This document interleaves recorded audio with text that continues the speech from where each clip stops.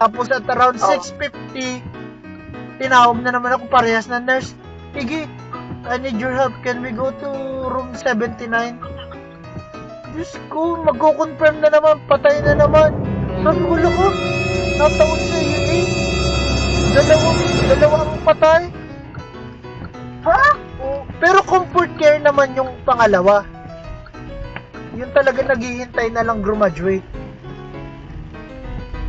Yung kumbaga may drip na ano, pampakalma.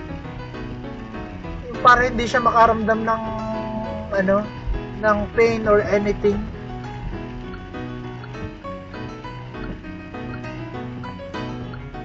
Ayun, nakadalawang patay siya today. Never pa nangyayari sa akin yun. Yun ang sasabihin mo. Isa-isa lang. Pa isa-isa lang ako. Isa-isa. Pa isa-isa.